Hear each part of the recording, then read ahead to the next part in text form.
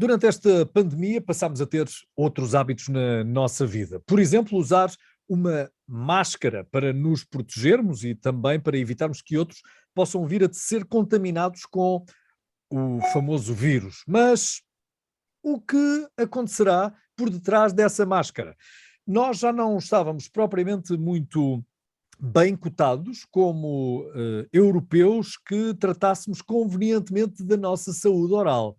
Ora, tendo uma máscara para esconder o estado em que está a nossa boca e os nossos dentes, pergunto-te, João Espírito Santo, médico dentista, doutorado em Ciências da Saúde pela Universidade Católica, docente de Cirurgia Oral e Medicina Oral da Universidade de Fernando Pessoa, pergunto-te, estamos piores de saúde oral? Olá, Jorge. Obrigado pelo convite. Parabéns pelo teu projeto. Primeiro, queria-te agradecer, acima de tudo, a consideração e a amizade ao longo destes longos anos. Eu acho que a medicina dentária perdeu ao ter sido crucificada a fechar e aos cuidados terem sido condicionados aos pacientes. Houve tratamentos que ficaram suspensos e o cuidado e os tratamentos, depois a retoma dos mesmos tratamentos, não só por uma questão clínica, houve consequências que fez com que o estado de saúde se agravasse, mas também por questões económicas. E houve pessoas que abandonaram tratamentos que tinham sido iniciados. Nesse sentido, é muito importante alertarmos todos de que devem retomar os tratamentos que deixaram suspensos e ter uma conversa franca com os seus médicos, mesmo se for apenas e só a condicionante económica. Na questão da saúde, propriamente dita, tratamentos que ficaram suspensos, como no caso da ortodontia, o que vai haver é um efeito no atraso do tempo do tratamento. Na parte da cirurgia, em que houve pessoas que tinham cirurgias por fazer ou que já tinham sido feitas, a grande questão é tempo, é o tempo de cicatrização e depois o tempo da reabilitação desses espaços onde iam ser intervencionados através de cirurgia. Eu digo que de uma maneira muito simpática a todos, que acho que devem ter a capacidade de, muitas vezes, se autodiagnosticarem para podermos falar sobre os efeitos que têm. E muitas vezes os efeitos de nós camuflarmos sobre a máscara o nosso sorriso, o nosso mau hálito, e esse é um grande problema da medicina dentária, faz com que nós vamos perdendo um pouco de amor próprio. E aqui o estado de saúde mental é preponderante nesse sentido quando nós pensamos na nossa saúde oral. Se nós não temos a capacidade de sermos nós próprios a exprimir um sorriso, a conseguir partilhar uma refeição, mesmo separada por um biombo, em liberdade, e eu digo liberdade é uma palavra muito forte, porque nós, quando não conseguimos sermos nós próprios a mastigar um simples pão com manteiga ou a trincar uma pera, já não falo da maçã, quer dizer que nós estamos muito contidos em nós próprios. Daí que eu acho que a máscara veio fazer o agravamento da patologia mental, e peço desculpa estar aqui a tocar numa situação que eu acho sinceramente, que vem diretamente indexada à saúde oral, porque a saúde oral é o reflexo muitas vezes do nosso estado de espírito, e se nós não cuidamos da nossa boca, também não cuidamos do nosso corpo. Por mais que queiramos dizer, muitas vezes, mas eu uso, ou estou bem vestido, ou estou com uma boa apresentação, se nós não tivermos a capacidade de conseguir exprimirmos em liberdade, em conseguirmos beijar uma pessoa, em conseguirmos comer à frente de alguém, é sinal que nós não nos cuidamos. Daí, os cuidados de saúde oral, ao ver a privação de ir a uma clínica dentária, de ir tratar um dente fraturado, de ir tratar de apenas e só de uma consulta de higiene oral para a remoção do tártaro ou do pigmento, fez com que as coisas se agravassem. Ao mesmo tempo, temos um paralelo que é das pessoas que continuaram a achar que a medicina dentária é o parente pobre da medicina no sentido de não interessa e não tem valor. E daí ver muitas pessoas a fazer da máscara o seu escudo da sua aparência. João, há aqui várias questões imediatas que me surgem. Quando falas em parente pobre, para o doente normalmente não é propriamente o parente pobre, não, é exatamente o contrário, é o parente rico. É aquele onde as pessoas teimam em não ir exatamente pelo receio da despesa que vão ter pela frente, porque de facto em Portugal a medicina dentária não é propriamente acessível. Jorge, tens toda a razão, mas é uma questão educacional. É uma questão que nós, como pais, como filhos, temos a obrigação de passar a mensagem da higiene oral ao acordar e ao deitar, e não passar esse hábito de higiene oral aos docentes dos nossos filhos, ou à creche do nosso filho. Porque o nosso índice de cárie dentária é dos mais elevados da Europa, e só é porque nós não somos regrados e não somos disciplinados a que quando os filhos tomam um pequeno almoço em casa, lavem os dentes, e quando vão para a cama, lavam os dentes. Se me permites, as pessoas, sabes porque é que as pessoas não são muitas vezes desmedidas a lavar os dentes? Porque as pessoas não têm nenhum efeito imediato, mas têm um efeito imediato, sabes quando? Quando não limpam o rabo. Porque aí o rabo fica assado e as cuecas ficam sujas.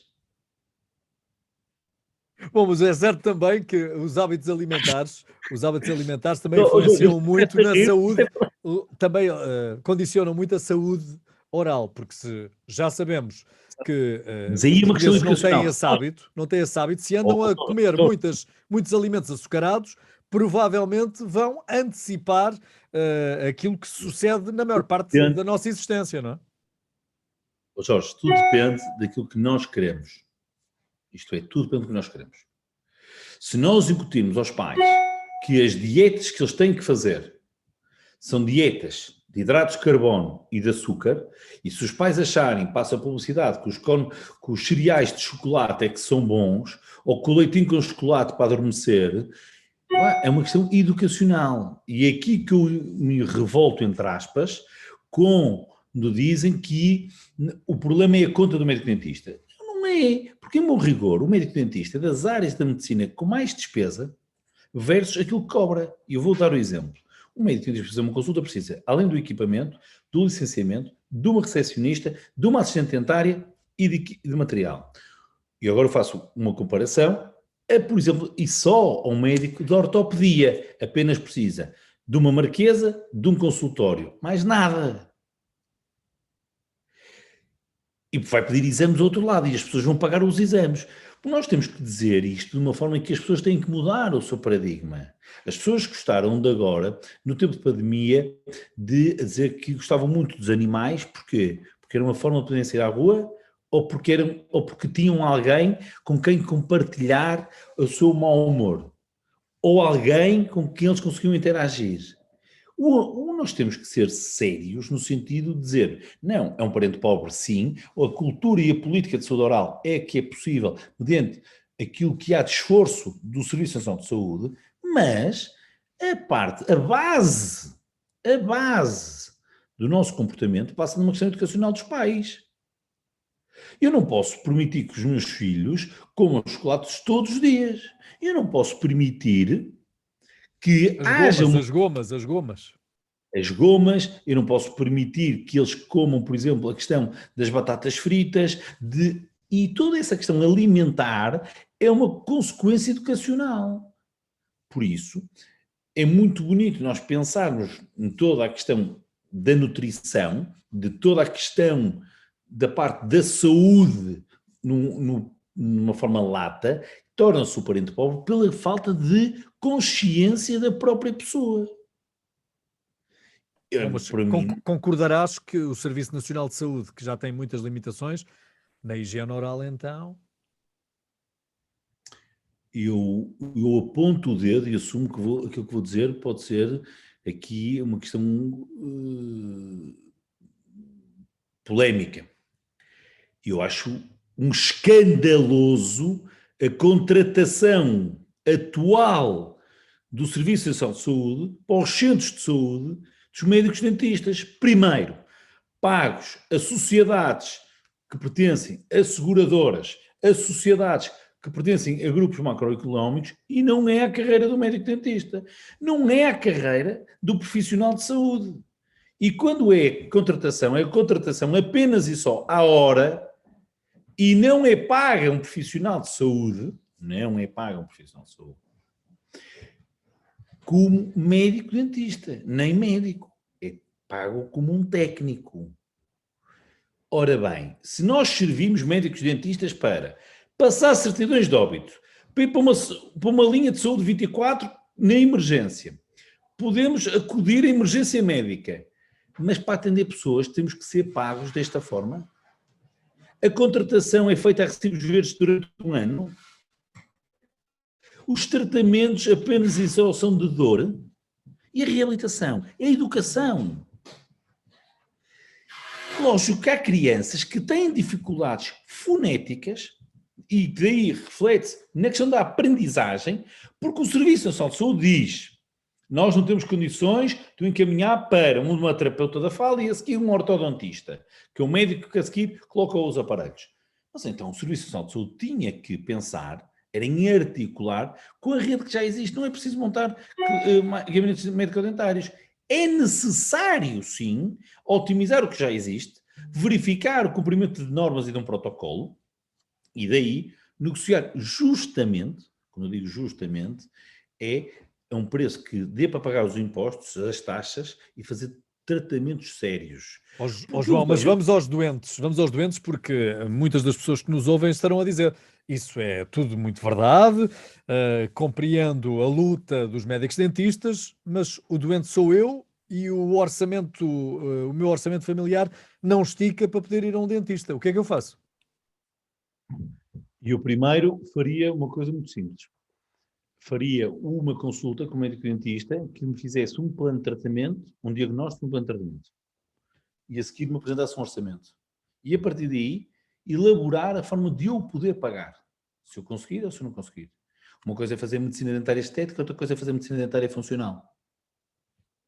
E a partir daí, cabe aos profissionais de saúde, cabe aos médicos dentistas, pôr em prática o código deontológico e do manual de boas práticas de falar com o doente e diagnosticar um doente. Agora, não podemos é passar todo o ónus, porque, para mim, o doente, se mudar os seus comportamentos alimentares, os seus hábitos de higiene oral, já vai potenciar a sua saúde oral, no mínimo, em 25%. No mínimo. E lógico que, a partir daí, vai ter um cuidado redobrado.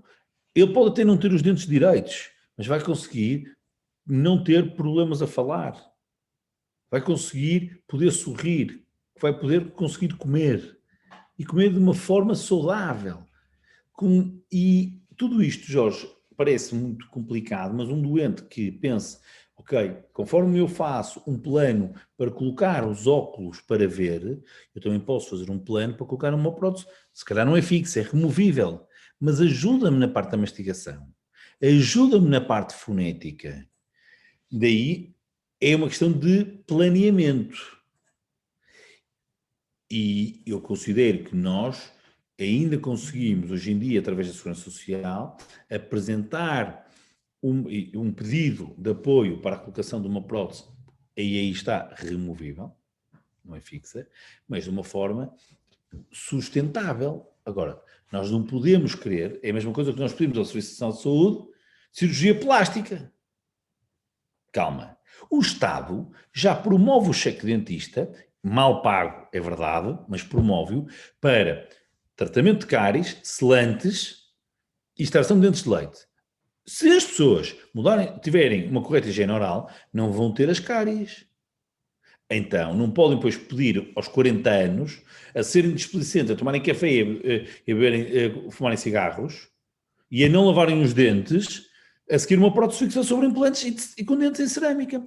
Ó Jorge, eu estou a ser polémico nesta entrevista, eu peço desculpa, mas e os doentes são quem me pagam a minha alimentação, a minha e a dos meus filhos. Mas eu tenho que chamar aos doentes, que eu digo muitas vezes aos meus doentes, ou quer mudar de comportamentos, ou então não pode ser meu doente. Não pode, porque eu não vou correr o risco de ter o insucesso de um tratamento pelo seu mau hábito. E aqui é preferível nós não ganharmos X dinheiro e atendermos X doentes, mas termos a consciência do que estamos a fazer, o que é correto. Mas agora o paciente que nos está a ouvir tem que pensar o seguinte: Eu, antes de ir ao médico dentista, o que é que eu posso fazer por mim para melhorar a minha saúde oral? Ó João, mas essa pedagogia que tu reclamas de pais para filhos, era viável se esses pais tivessem tido uma formação que lhes, desse a oportunidade de passar o bom exemplo aos seus filhos. O que nós percebemos é que talvez esta geração, a mais nova, a dos nossos filhos, é que, teve a oportunidade de, perceber exatamente como pode melhorar a sua vida se tiver dentes saudáveis. Nós, provavelmente, e aqueles que são da nossa geração, ainda vivemos naquela ideia do só íamos ao dentista para arrancar um dente. Jorge, conforme nós fomos obrigados a perceber a importância do inglês na nossa vida, nós temos que exatamente fazer este exercício para a saúde oral. E não é aí que entra a escola? Aí pode entrar toda a comunidade civil, todas as câmaras, todas as escolas, todos os clubes de futebol, o que quiserem. Nós estamos a educar, nós estamos a alertar para boas práticas de saúde. Nós não estamos aqui a enviesar ou a encaminhar pacientes para lado nenhum.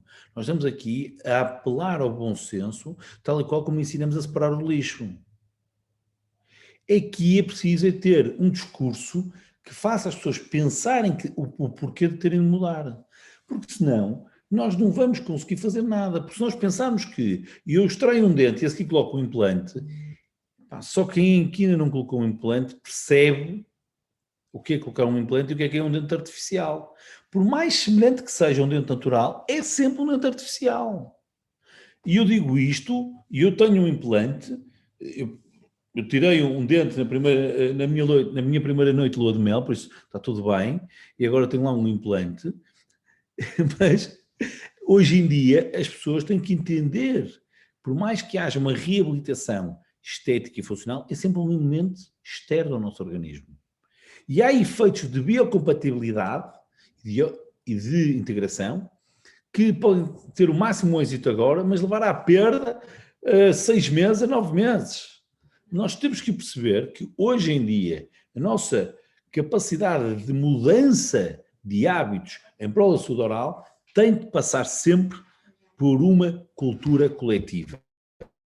Quando nós não percebermos que a cultura das escolas, que os pais dizem, os meus filhos levam as escovas para as escolas e andavam todos a trocar de escovas. E eu digo sempre aos pais, não levem. Tenham a responsabilidade de, quando se despedem deles para ir para a escola, fazerem o bafo de onça, que é e perceber se lavaram os dentes ou não. Assim, quando lhes dão um beijo à noite. Este é um princípio educacional. João, mas como é que tu podes estar a pedir às crianças para lavarem os dentes quando eles não veem os pais a fazê-lo? Então não podemos exigir, ou não podemos dizer ao Jorge, voltando atrás, o parente pobre da medicina é um parente pobre não só por uma questão política, de apoios, mas também é um parente pobre educacional, das pessoas não querem mudar os comportamentos. Batatas. Bom, mas também sabemos que, e falaste nisso, que a separação do lixo foi das escolas para casa e não da casa para as escolas. E que foram os miúdos, foram os garotos, que acabaram por educar, acabaram por, pelo exemplo, alterar os hábitos dos pais. E volto a bater na mesma tecla. Não pode também a escola ser o aliado que permita que as crianças tenham finalmente um comportamento com a saúde oral que não têm tido até aqui? Eu acho que sim, até te digo que em que disciplina.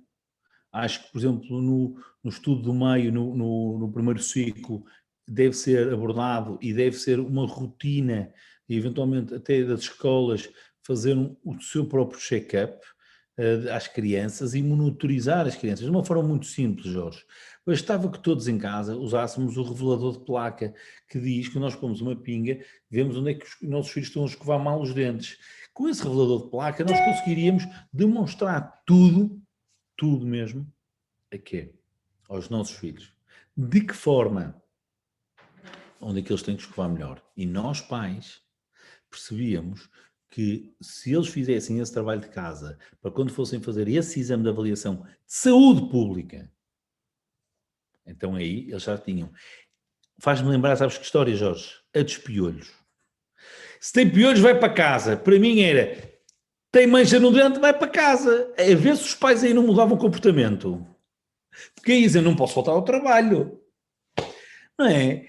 Isto é uma questão do valor que nós damos às questões. Olha, qual é a patologia mais recorrente, na experiência profissional que tu tens? São as cáries? Cárie dentária, sim, a cárie dentária.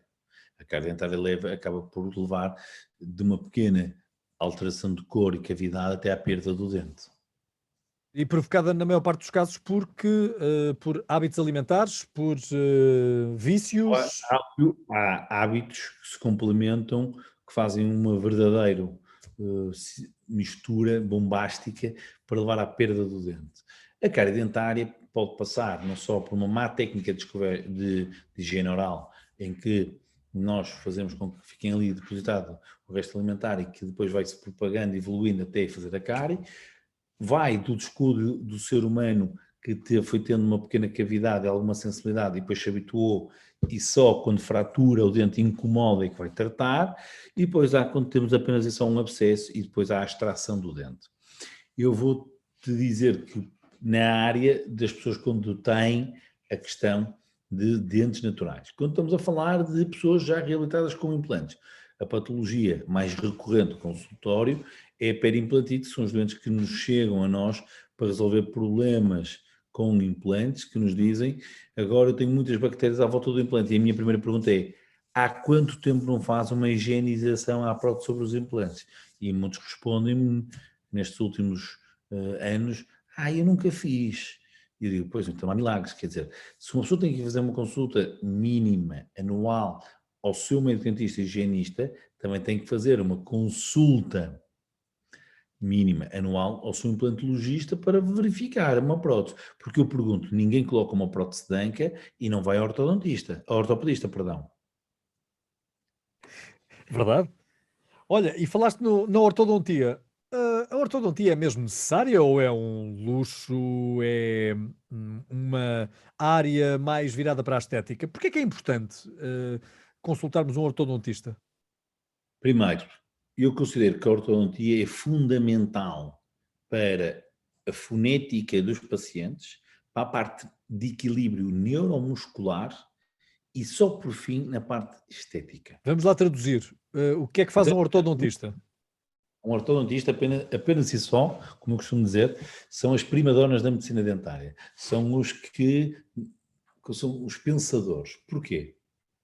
Porque são médicos que têm que planear o movimento dos dentes. Por isso tem que saber diagnosticar, saber o que tipo de aparelho vamos colocar, que movimentos vamos fazer para posicionar os dentes de uma forma estética a nível facial, quando sorriem, funcional para mastigar e funcional para falar. Por fim, ao termos todo o nosso equilíbrio dos dentes corretamente posicionados, vamos ter um equilíbrio neuromuscular na parte dos músculos da cabeça e pescoço, para quando abrimos e fechamos a boca, não temos qualquer tipo de crepitação nos côndilos e também a nível da própria cervical. Nós hoje em dia temos uma postura muito, muito rigorosa com todos os nossos pacientes que desempenham papéis de muita tensão, em que lhes apelamos a usarem uma goteira. Para quê? Para que quando comprimem o maxilar inferior contra o superior, eles consigam não desgastar os dentes e não, de alguma forma, criar problemas musculares. E esse tratamento do bruxismo, por exemplo, é planeado. E nós aí vamos calculando essas mesmas intervenções. Por isso, o ortodontista é das pessoas que deve trabalhar a par, quer com a odontopediatria, quer com as pessoas que fazem a parte dos tratamentos das crianças e das grávidas, mas também com o médico dentista generalista para acompanhar a reabilitação do paciente numa fase já adulta. Contudo, eu tenho pena e que muitos pacientes não ouçam o médico dentista à primeira e que primeiro até prefiram colocar os implantes e só depois queiram fazer a ortodontia. Porque primeiro eles só querem preencher a falha de um dente, mas depois percebem que se tivessem os dentes alinhados e corretamente posicionados, Então, até se iam conseguir mastigar melhor, iam deixar de ter de trincar a língua, iam até poder ter uma expressão facial mais harmoniosa. E aí eu digo aos pacientes, porquê que não me ouviu? E os pacientes dizem muitas vezes, porque eu só estava a pensar no imediato. Eu só queria preencher um espaço vazio. E é aqui que eu digo a importância do médico, do diagnóstico, do pensar global e de conseguir interagir as várias áreas em prol do paciente. Deixa-me perguntar-te se estamos a mexer nos nossos maxilares e se, portanto, estamos a condicionar, através da ortodontia, se estamos a condicionar o modo como os nossos dentes abrem e fecham. Isso depois não tem ligação, por exemplo, direta com o nosso pescoço, com a nossa zona cervical Era, e já estou a descer e já aí, estou a ir pelas costelas por aqui abaixo? era aí que eu te dizia, Jorge, que era a parte neuromuscular, é a parte do equilíbrio do sistema estomatognático e da questão de deixar de haver tanta criptação no côndilo quando abrimos e fechamos a boca.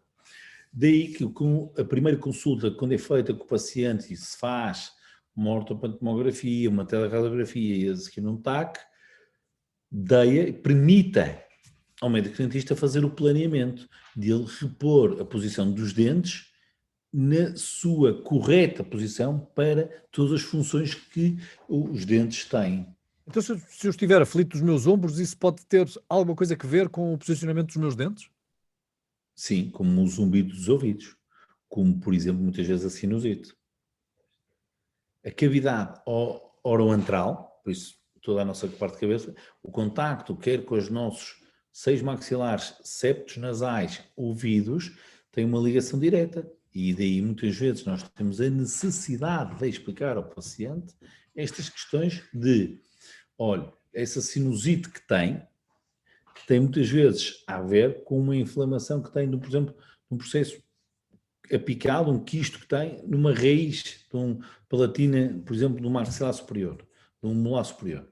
E nós temos que lhe saber explicar. Quando nós temos, por exemplo, a questão de um zumbido, e nós temos que explicar o posicionamento dos dentes, o que é que vai melhorar, o que é que vai alterar, para percebermos se o zumbido que tem é do desequilíbrio dos cristais internos ou se é um zumbido que ele tem devidamente à criptação de uma ATM. Isto é preciso também perceber e falar com o paciente para perceber em que situações é que tem esse zumbido. Portanto, até diagnosticarmos, por exemplo, aquilo que dizias há pouco, o bruxismo, esse ranger dos dentes, que sucede, na maior parte dos casos, durante a noite, julgo não estar a dizer nenhum disparate, quando dormimos, isso pode estar também a influenciar a qualidade do nosso sono, certo? Certo. Para isso, nós já temos uma aplicação aqui na clínica que nos permite controlar o teu sono até dizemos se tu ressonas ou não. Como é que nós fazemos isso? Nós damos-te uma aplicação em que controlas o teu fluxo respiratório para perceber se estás a ressonar e para perceber como é que o teu palato, o teu céu da boca, numa parte que faz a vibração, de forma a perceber se vais ressonar ou não. Contudo, Jorge, essa monitorização dos movimentos de descanso, quer seja o ressonar, quer seja o do bruxismo, com goteiras sensoriais, porque nós temos cada vez mais o cuidado de explicar ao paciente que ele tem que entender que o seu corpo também vive quando está em descanso. Que às vezes é difícil, porque as pessoas dizem, não, eu sei muito bem como é que durmo, eu sei que não ranjo os dentes. E eu disse, minha senhora, a senhora não arranja os dentes? Não. Então, o que é que aconteceu aqui? Passou uma rebarbadeira a cortar os dentes? É esta a questão. E é aqui que nós temos que falar com o doente. E é isso que eu estou a dizer. Deixa-me perguntar-te relativamente à limpeza dos dentes, não da escovagem normal, mas a higienização dos dentes. Há algumas pessoas que têm a ideia de que essa higienização vai desgastar os dentes, vai tornar os dentes mais fracos. Isto é verdade? Não, É um não. mito? Para mim é um mito. Porquê? É muito importante dizer que a técnica de higiene oral que nós preconizamos é com o uso de um destartarizador para remover o tártaro, que a placa bacteriana é um estado sólido, é um jato que é para remover o pigmento, ok? E só depois é que nós podemos aconselhar a fazer um branqueamento. E aí os branqueamentos são só tratamentos invasivos quando são feitos sobre superfícies dentárias desgastadas. Então Por não se isso, aconselha a toda a gente, é isso que tu estás a querer dizer. branqueamento não. Branqueamento só se aconselha a pessoas com estado de saúde oral estável, estado de saúde oral equilibrado, no sentido de não ter qualquer tipo de desgaste dos dentes, para que possa ser colocados agentes branqueadores para clarearem os dentes e atingir uma cor mais clara. Tu tens uma noção, não só pelos contactos internacionais que vais tendo, mas também pelos estudos que te chegam, dos números da higiene oral dos portugueses relativamente aos seus congéneres da Europa. Onde é que nós estamos? Estamos na cauda da Europa? Eu vou ter que dividir essa pergunta, Jorge. Primeiro, nós estamos na linha da frente a nível de profissionais de saúde, nós formamos muito bem médicos dentistas e damos-lhes grandes competências, e acho que isso é de louvar o ensino português nesse sentido, independentemente de nós sermos um passaporte para a Europa para todos os médicos que vêm convalidar cá títulos, brasileiros, o que for. E depois, a nível de procedimentos médico-dentários com os profissionais de saúde em Portugal, estamos na linha da frente. Onde é que nós estamos mal? Estamos nos acessos ao cuidado de saúde, porque nós temos mais de 2 milhões de pessoas que não vão ao dentista com regularidade.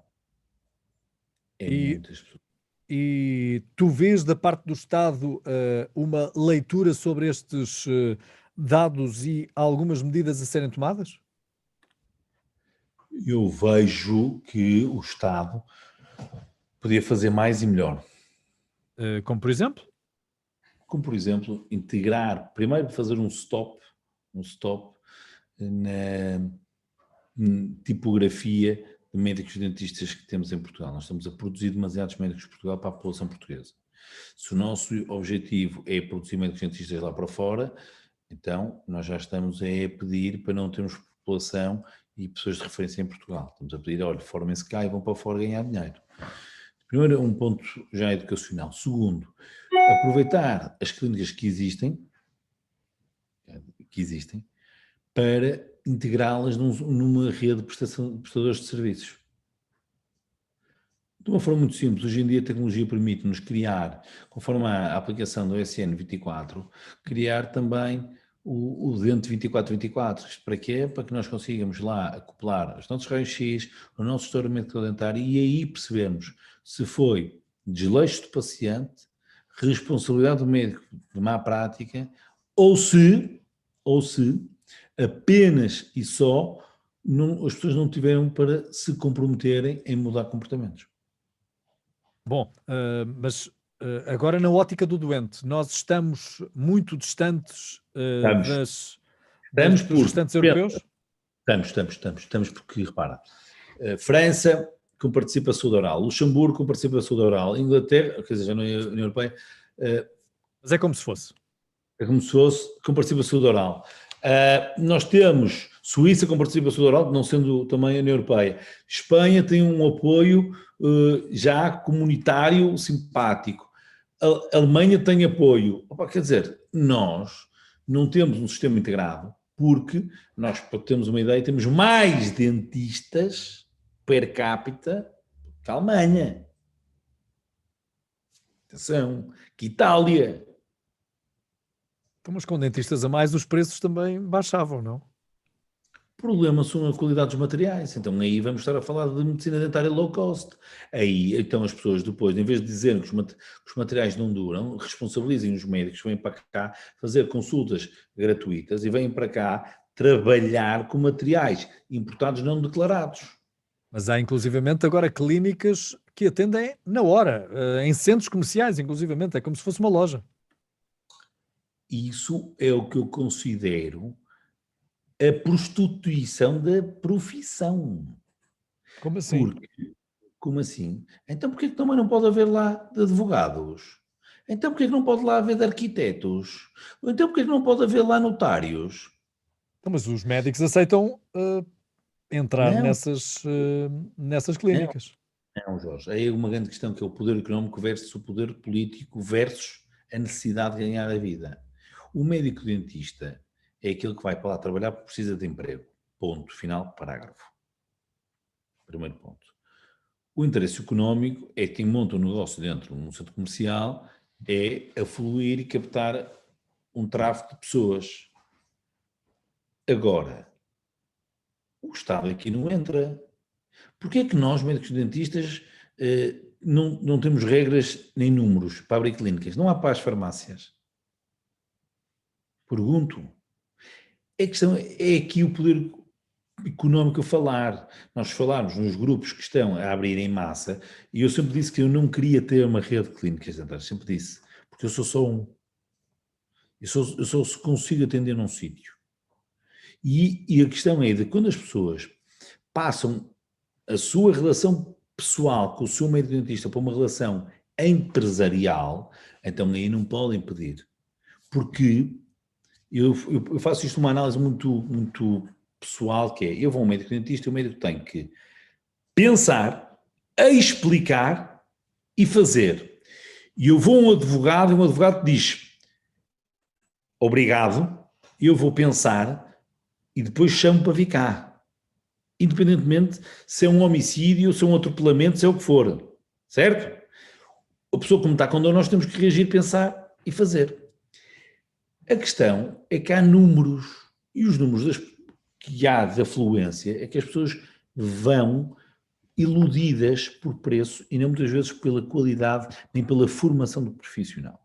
Porque um profissional que tenha uma especialidade reconhecida pela Ordem dos Médicos Dentistas, que tenha feito um doutoramento, tem que ser melhor pago do que um médico dentista que se tenha formado em cursos de fim de semana.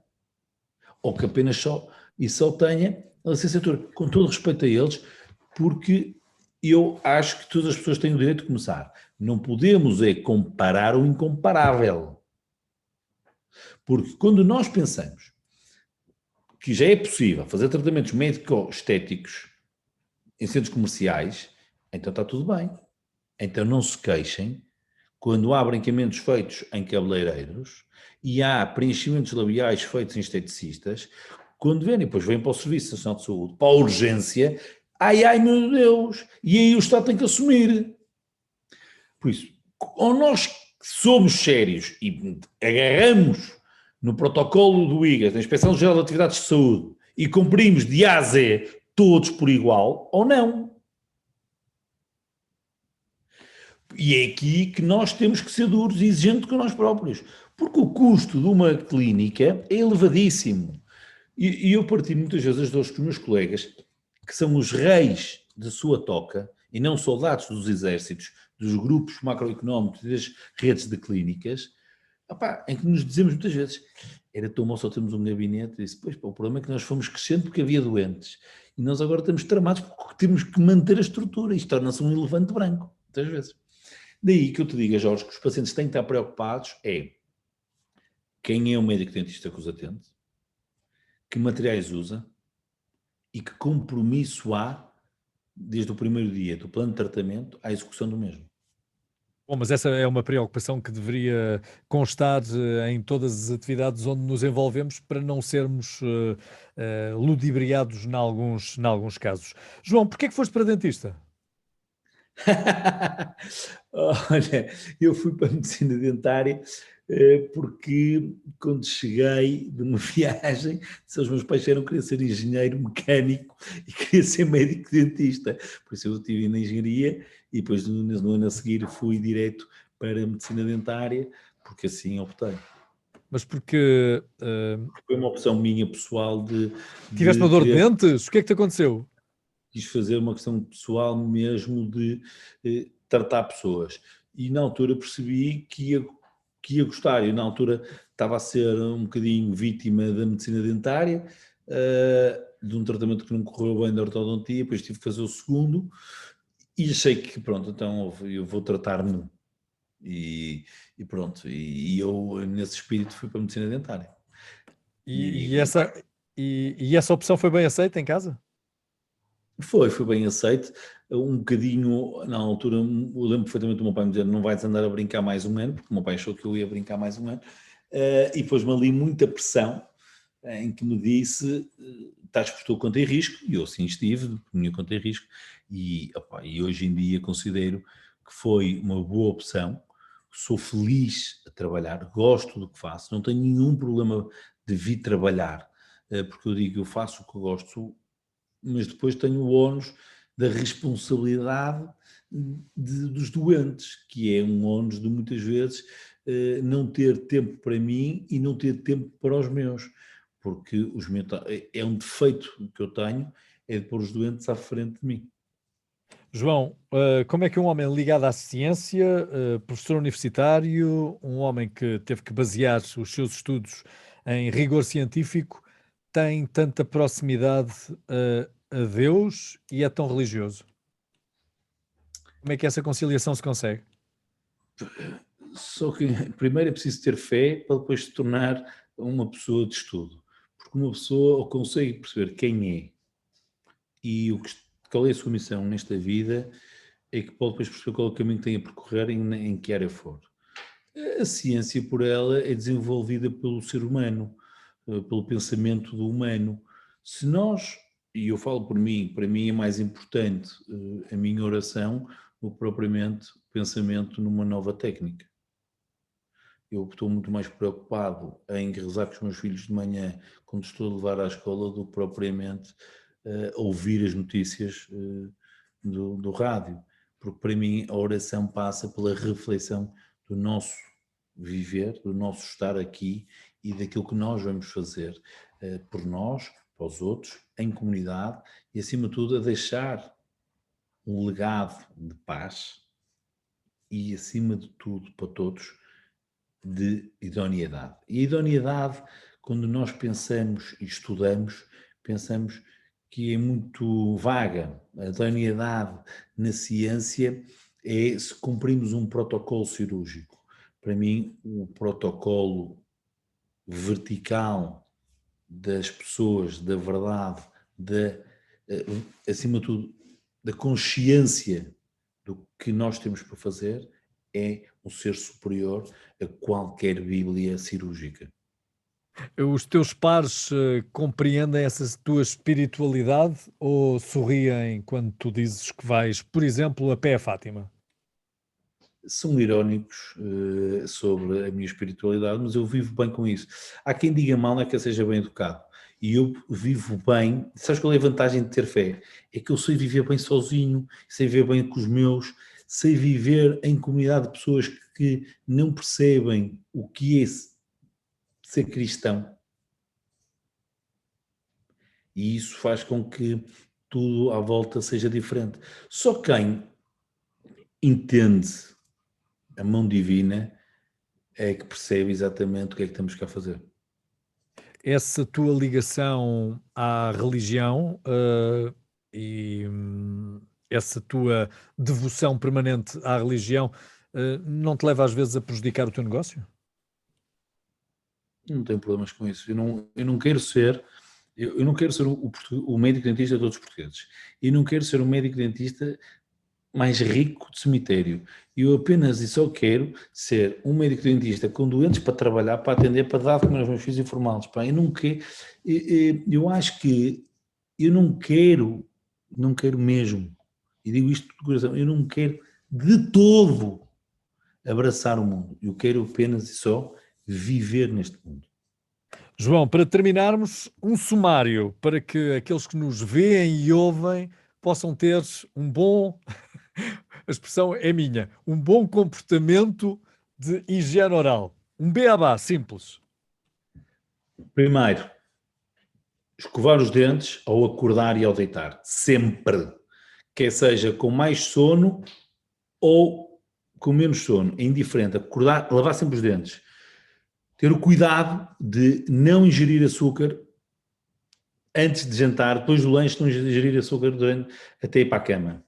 ter o cuidado de optar por não comer cereais, nem dar a comer cereais com chocolate às crianças. Ter o cuidado de fazer uma dieta sem corantes e conservantes em excesso. Eu acho que se pode dar, mas um pouco. Fazer consultas de rotina de 6 em 6 meses com o seu médico dentista e, acima de tudo, ter orgulho no seu hálito. Porque quando nós conseguimos perceber que se o nosso hálito é seco e provoca odor, é sinal que algo está mal e não devemos camuflá-lo com uma chiclete ou com um roçado. João, muito obrigado. Um bom 2022. E até breve. Obrigado.